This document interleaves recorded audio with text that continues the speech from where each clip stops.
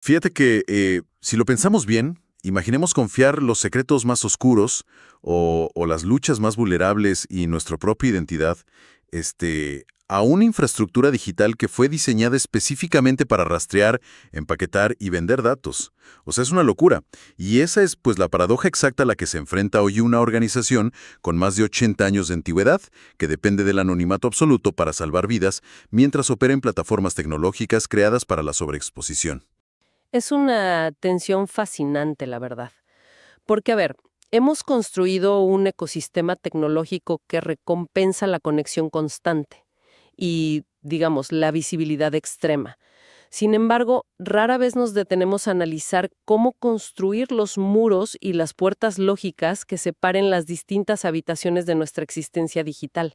Claro, totalmente. Y la arquitectura de la privacidad, cuando se analiza ya a nivel de sistema, requiere una intencionalidad que, pues la mayoría de las plataformas comerciales prefieren que ignoremos por completo. Exacto. Y justo para este análisis a fondo, tenemos sobre la mesa dos fuentes que ilustran perfectamente esta tensión desde ángulos que parecen superopuestos.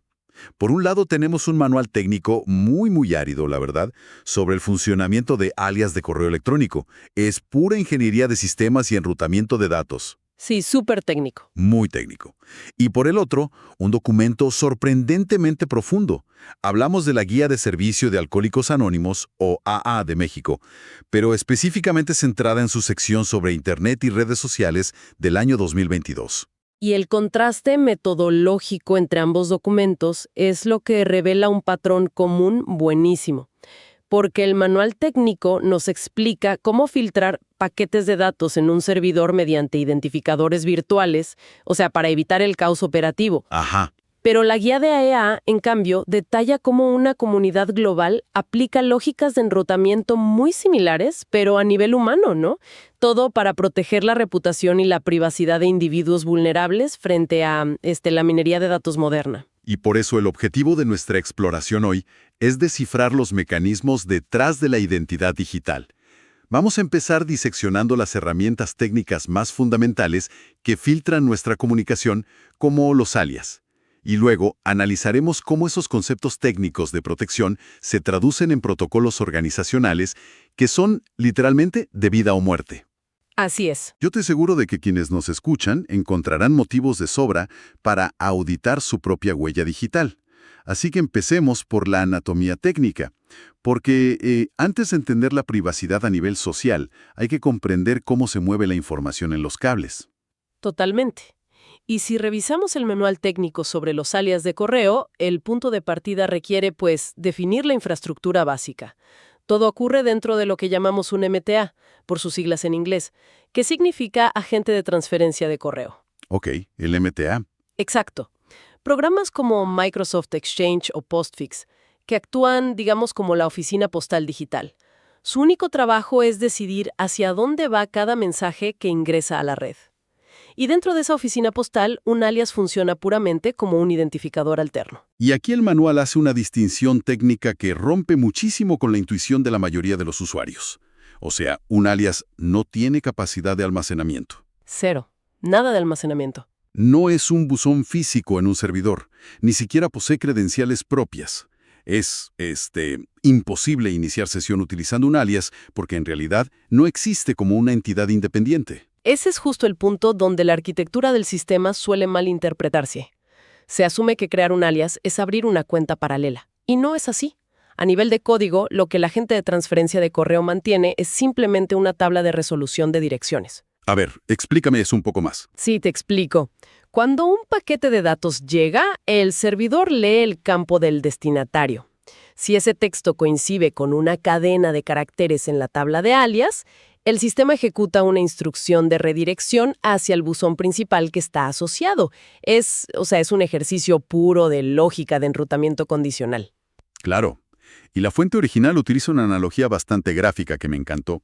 Imaginemos que la cuenta principal es una casa física. Entonces, los alias son simplemente distintos nombres pintados en el buzón de la entrada. Me gusta esa imagen. ¿Sí? O sea, una carta puede venir a nombre de ventas, otra a nombre de soporte y otra a nombre de la persona que vive ahí. Los sobres dicen cosas distintas, pero el cartero las deja todas en la misma caja física. Mismo usuario. Clásico en cualquier empresa. Sí, de manual. Luego existen los alias de dominio, que son súper vitales tras una fusión corporativa, por ejemplo, donde correos terminados en empresa.com y empresa.net llegan al mismo lugar. Ajá. Y luego tenemos la herramienta más potente para el usuario final, que es el subaddressing, o los alias creados dinámicamente con el signo de suma. Uy, el subaddressing cambia por completo la dinámica de control. Porque si volvemos a la analogía de la casa que decíamos, usar un alias con el signo de suma es como instalar ranuras distintas en la misma puerta principal. Ándale, exacto. Tienes una ranura exclusiva para las facturas, otra para la correspondencia del banco y otra para la basura promocional. O sea, si la cuenta es usuario@servidor, te puedes registrar en una plataforma usando usuario más compras@servidor. Así es. Y el sistema ignora todo lo que está después del signo de suma para fines de entrega, pero conserva la etiqueta completa, lo que te permite crear filtros automatizados en la bandeja de entrada. Es una genialidad. Es brillante. Y más allá de la organización visual que te da, el manual subraya el valor de esta técnica como un mecanismo de auditoría de seguridad implacable. O sea, te das cuenta de quién te está vendiendo, ¿no? Correos fraudulentos o publicidad política en esa dirección exacta, pues el origen de la filtración es innegable. Claro, la plataforma de zapatos vendió la base de datos o sufrió un hackeo. No hay lugar a dudas porque esa dirección virtual era de uso exclusivo. Se elimina por completo la ambigüedad sobre quién vulneró tu confianza. Totalmente. Pero, y aquí viene el gran pero, esto nos lleva a las limitaciones técnicas que menciona el manual. La fricción surge en la implementación real de estos estándares. Sí, porque no siempre funciona. No, fíjate que muchos usuarios descubren que al intentar registrarse en ciertos portales web utilizando el signo de suma, el formulario rechaza el correo marcándolo como inválido. Y esto no es un fallo del concepto de alias en sí, sino un problema de expresiones regulares o regex en bases de datos heredadas. Ah, las famosas validaciones de formato antiguas. Qué dolor de cabeza. Un dolor de cabeza total. Los sistemas informáticos desarrollados hace una década a menudo utilizan reglas de validación de texto que solo buscan letras y números antes del símbolo del arroba.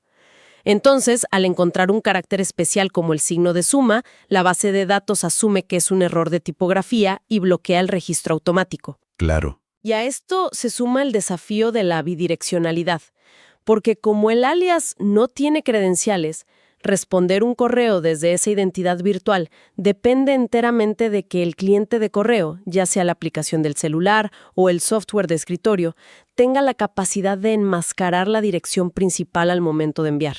Y eso no siempre pasa. Entonces, si la empresa no establece convenciones claras sobre cómo nombrar y documentar estos identificadores, la solución organizativa genera un historial fragmentado. Exacto. Pero bueno, el principio subyacente se mantiene. El enrutamiento te permite recuperar la soberanía sobre el flujo de entrada. Ese control está muy bien para evitar el correo no deseado o el caos corporativo. Pero la verdadera prueba para estas lógicas de aislamiento ocurre cuando el riesgo no es recibir spam, sino la exposición de identidades vulnerables. Que es un nivel completamente distinto. Totalmente.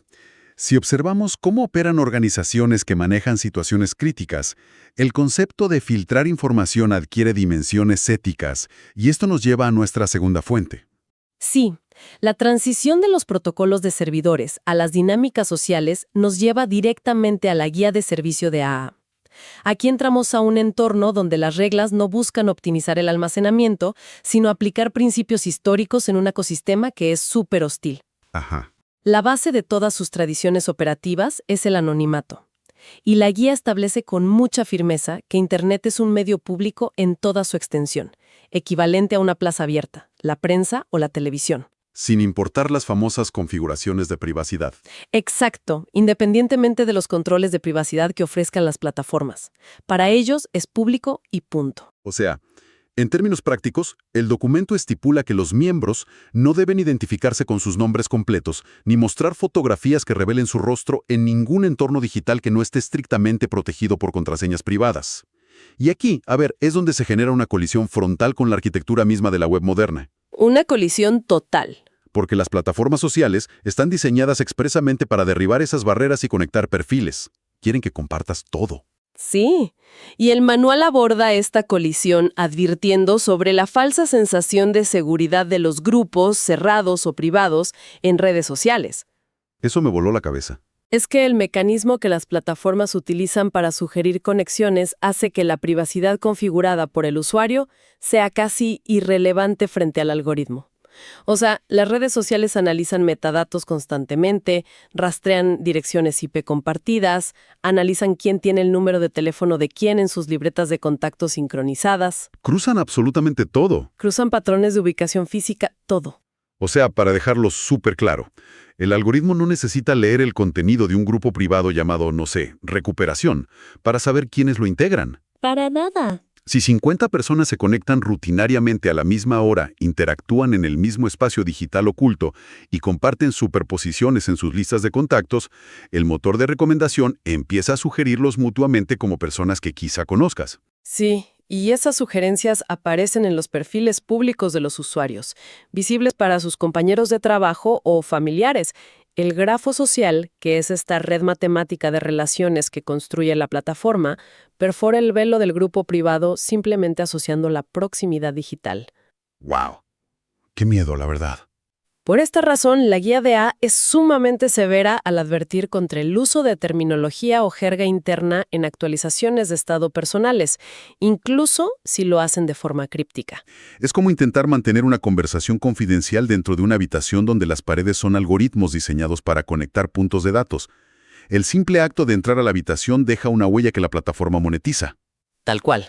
Y creo que esto explica una de las posturas más contraintuitivas de la guía respecto a la economía del Internet moderno, que es su rechazo absoluto a los servicios gratuitos. Sí, es fascinante. La tradición del automantenimiento prohíbe aceptar contribuciones externas. Y en el contexto digital, pues muchos comités informáticos locales podrían verse tentados a usar servicios de alojamiento web gratuitos para ahorrar recursos, ¿no? Claro, suena lógico. Suena lógico, pero el manual lo desaconseja tajantemente. En la economía digital actual, si no estás pagando por el producto, tú y tus datos son el producto. Exacto. El costo de un servidor gratuito se paga con la inserción de banners publicitarios. Si un sitio web de AA muestra un anuncio de un centro de rehabilitación comercial, un hospital o incluso un producto de consumo X, el visitante asume que existe una afiliación o un respaldo institucional. Y eso va contra sus principios. Directamente.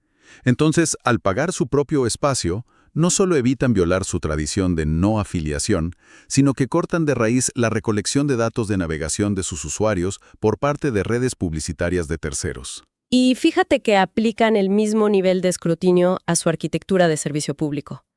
Existe una indicación muy específica en la guía que dice que la rapidez de la tecnología no debe dictar la rapidez de las acciones. AAA adapta la tecnología a sus reglas de enrutamiento humano, no al revés. Me encanta esa frase. Sí, y comienzan por la misma base de las propiedades digitales, o sea, los nombres de dominio. Claro, porque las marcas registradas como Alcohólicos Anónimos o el nombre de su literatura principal están protegidos. Entonces, en lugar de intentar acaparar dominios evidentes, los grupos locales utilizan nomenclaturas utilitarias, combinaciones de iniciales y zonas geográficas, digamos, área50aa.org. Ajá. Crean identificadores funcionales, separando la estructura organizativa de la marca global. Y el manejo de la propiedad intelectual obedece a esta misma lógica de contención. La directiva central es no duplicar materiales de la sede principal en sitios web locales. En el Internet temprano, pues, la práctica común era copiar y pegar textos útiles en todos lados. Todo mundo lo hacía. Todo mundo. Pero la guía actual exige citar un fragmento mínimo, otorgar el crédito exacto y obligar al uso de hipervínculos hacia la fuente original. Y el mecanismo detrás de esta regla es vital, porque previene la degradación de la información. O sea, si cientos de sitios locales copian un texto y, no sé, años después la organización actualiza un concepto médico o de servicio, sería imposible rastrear y corregir todas esas copias huérfanas flotando en la web. Un caos total. El hipervínculo actúa como un enrutador que siempre apunta a la versión validada, manteniendo la integridad del mensaje. Exactamente. Y ese control de la información distribuida se vuelve súper crítico al analizar la evolución de los volantes informativos. Históricamente, un voluntario imprimía un papel con su nombre de pila, la inicial de su apellido y su número de teléfono personal para entregarlo en mano. En una reunión o en la calle. Sí, en físico. Pero hoy en día, esos volantes se digitalizan en formato PDF y se suben a portales web. Y ahí es donde entran los robots de indexación de los motores de búsqueda. O sea, un número de teléfono en un documento público es rastreado por los algoritmos de Google inmediatamente. Si alguien busca ese número de teléfono, los resultados pueden cruzarlo con registros públicos de propiedad, perfiles profesionales o redes sociales. Te encuentran en un segundo. Revelando el nombre completo y la dirección de la persona, el anonimato queda completamente destruido por la eficiencia de un motor de búsqueda. Sí, y por eso la mitigación que exige el manual para este riesgo es la creación de correos electrónicos genéricos y temporales asociados exclusivamente al evento, eliminando cualquier dato personal que sea indexable.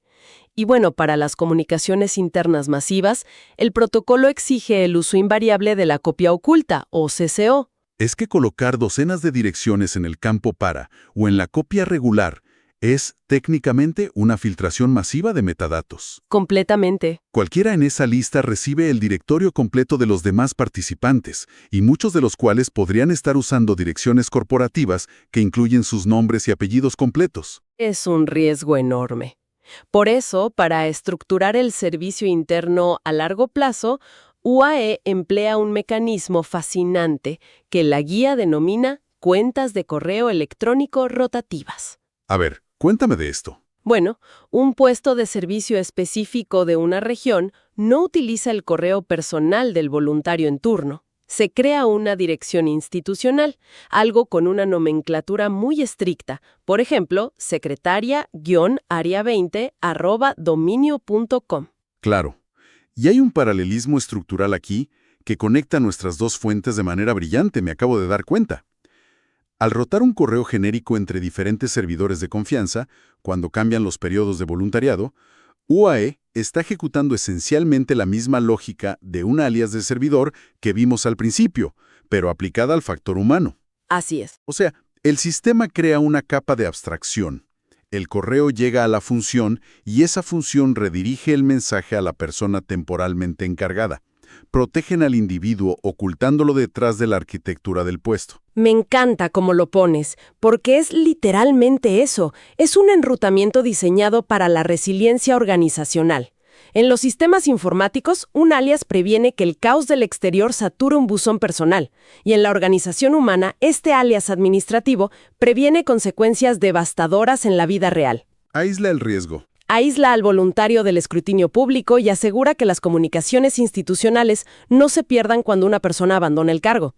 Por esta misma razón, fíjate, el manual prohíbe el envío masivo de correos no solicitados. O sea, cualquier acción que se asemeje al spam comercial compromete la percepción pública de la organización, asociándola con prácticas invasivas. Sin embargo, y esto me pareció muy interesante, el manual sí contempla excepciones estratégicas. Cuando se trata de la cooperación con la comunidad profesional, es decir, la comunicación directa con médicos, jueces o personal de recursos humanos, la directriz cambia. Se recomienda a los miembros usar su nombre completo para establecer credibilidad profesional.